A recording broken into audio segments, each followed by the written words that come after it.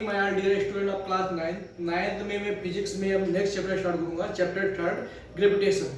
इसके पहले मैंने आपको चैप्टर 2 पढ़ाया था। सेकंड चैप्टर में मैंने पढ़ाया था law of motion and force. ठीक है, तो व्हाट इज ग्रेविटेशन, पहले ग्रेविटेशन की बात करेंगे। तो यूनिवर्स में अपने अर्थ जैसे अर्थ किसी भी चीज को अपनी ओर अट्रैक्ट करती है। कोई भी चीज आप देखो, अर्थ किसी भी थिंग को अपने सेंटर की ओर अट्रैक्ट करती है, जिसको हम बोलते हैं ग्रेविटेशनल फोर्स। क्या बोलते हैं? कोई भी ऑब्जेक्ट, जैसे मैंने इस मार्कर को फेंका ऊपर, लेकिन मार्कर किधर आ नीचे, क्योंकि अर्थ एक फोर्स लगाती है किसी भी ऑब्जेक्ट को अपनी ओर अट्रैक्ट करने का फोर्स, उसको बोलते हैं हम लोग ग्रेविटेशन फोर्स। क्या बोलते हैं? ग्रेविटेशन। तो यूनिवर्स में कोई भी दो ऑब्जेक्ट एक दूसरे पे अट्रैक्शन फोर्स लगाते हैं। मान लो कोई एक ऑब्जेक्ट m1 है, दूसरा ऑब्जेक्ट m2 है, दोनों का मास अलग अलग है। एक ऑब्जेक्ट A, एक ऑब्जेक्ट B, ये एक दूसरे को अपनी ओर अट्रैक्ट करने का फोर्स लगाएंगे, जिसको हम लोग बोलते हैं ग्रेविटेशन फोर्स। क्या बोलते हैं? Gravitation force. तो व्हाट इज ग्रेविटेशन, आपको समझ में आया? यूनिवर्स में कोई भी दो बॉडीज एक दूसरे को अपनी ओर अट्रैक्ट करती हैं, अट्रैक्ट करने की कोशिश करती हैं, अट्रैक्शन फोर्स लगाती हैं, जिसको हम लोग बोलते हैं ग्रेविटेशन। फॉर एग्जांपल अर्थ का लेते हैं, कोई भी थिंग, कोई भी, जैसे जो मेरा किसी भी ट्री में जो फल लगा होता है वो नीचे ही क्यों आता है? क्योंकि अर्थ अपने सेंटर की ओर एक फोर्स लगाती है, जिसको हम बोलते हैं ग्रेविटेशनल फोर्स। क्या बोलते हैं? Gravitation force. चलो आगे बात करते हैं। अब हम आगे बात करेंगे universal law of gravitation. Universal law of gravitation, universal law of gravitation. ठीक है, यूनिवर्सल लॉ ऑफ ग्रेविटेशन क्या होता है? इसमें दो कोई बॉडी ली गई, हमने मान लिया एक बॉडी m1 है, एक बॉडी A है जिसका मास m1 है, और एक बॉडी B है जिसका मास m2 है। दोनों बॉडी को कुछ डिस्टेंस पे रखा गया, हमने मान लिया इनके डिस्टेंस क्या है r। तो इनके बीच में एक अट्रैक्शन फोर्स लगता है। क्या लगता है? Attraction force. लिखोगे according to universal law of gravitation, अगर कोई दो बॉडी है, अगर कोई दो बॉडी है, उनके बीच में एक फोर्स लगता है। कौन सा? आपका अट्रैक्शन फोर्स। जो अट्रैक्शन फोर्स होगा वो डायरेक्टली प्रोपोर्शनल होगा product of the mass of the body. तो according to universal law of gravitation, the force is कौन सा force? Attraction force is directly proportional to the product of the mass. Product of the mass यानी इन दोनों body के मास के product के directly proportional होता है। Force is inversely proportional to the square of the distance between them। यानी जो फोर्स होता है, ग्रेविटेशन फोर्स जो होता है, इन दोनों के बीच के डिस्टेंस के इनवर्सली प्रोपोर्शनल होगा। यानी यहाँ क्लियर ये हो गया कि अगर इनके बीच की डिस्टेंस ज्यादा होगी तो फोर्स क्या लगेगा? कम। और जितनी कम डिस्टेंस होगी उतनी फोर्स क्या लगेगा? ज्यादा। यानी यहाँ पे अगर डिस्टेंस आपकी कम होती है तो फोर्स ज्यादा, डिस्टेंस ज्यादा तो फोर्स कम। अगर मास इंक्रीज करते हैं तो फोर्स क्या होगा? ज्यादा। तो from equation first and second, F proportional m1 m2 upon r square, proportional हटाएंगे तो कांस्टेंट आता है, और कांस्टेंट क्या आएगा? कैपिटल G आएगा, m1 m2 upon r square, F equal to capital G m1 m2 upon r square। ठीक है, मैंने क्या बताया? Universal law of gravitation. Universal law of gravitation क्या है? दो है। इसमें क्या बताया गया? पहला, the force is directly proportional to the product of the mass। Force is directly proportional to the product of the mass। Force is inversely proportional to the square of the distance between them। यानी उन दो body के बीच के distance के inversely proportional होता है force, और square के डिस्टेंस के स्क्वायर के। From above equation first and second equation मेरा क्या है? F प्रोपोर्शनल m1 m2 पर r स्क्वायर, प्रोपोर्शनल है, कांस्टेंट है, और कांस्टेंट क्या लगेगा? Capital G। आप बोलोगे what is capital G? Capital G होता है universal gravitational constant. Universal gravitational constant, capital G क्या होता है? यूनिवर्सल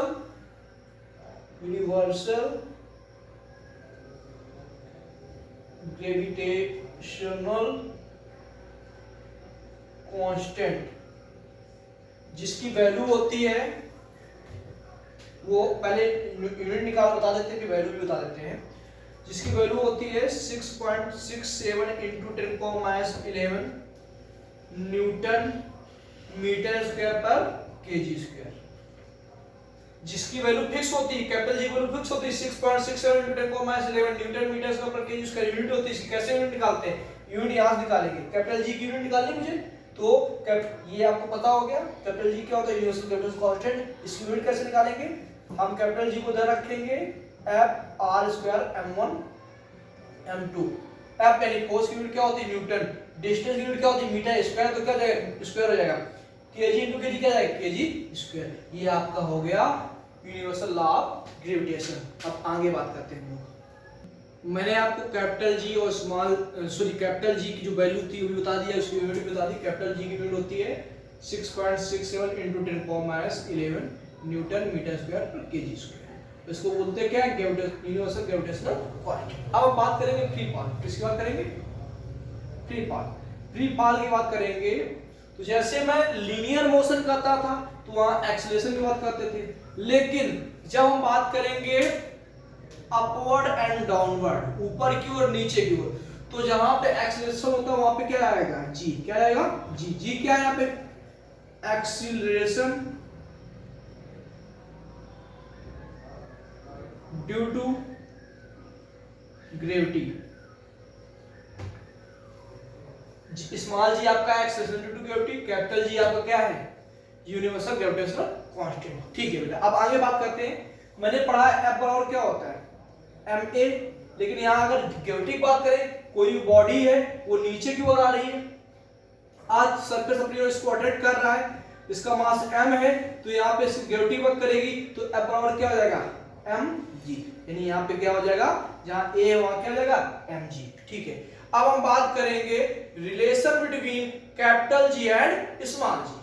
क्या बात करेंगे हम लोग, relation between capital G and small जी।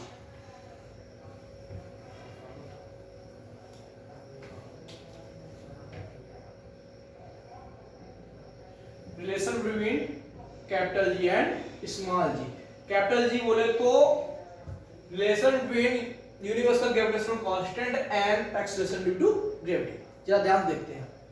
हमने मान लिया ये आपका अर्थ सरफेस है, अर्थ सरफेस कोई एक बॉडी है यहाँ पे कोई रखी हुई सरफेस पे, जिसकी यहां से डिस्टेंस आपकी r है, क्या है r डिस्टेंस है। ठीक है, यहां से यहां तक डिस्टेंस r है, यहाँ पे अर्थ पे सेंटर पे अर्थ का मास वर्क कर रहा है me, अर्थ का जो मास वर्क करता है अर्थ के सेंटर पे वर्क करेगा क्या me।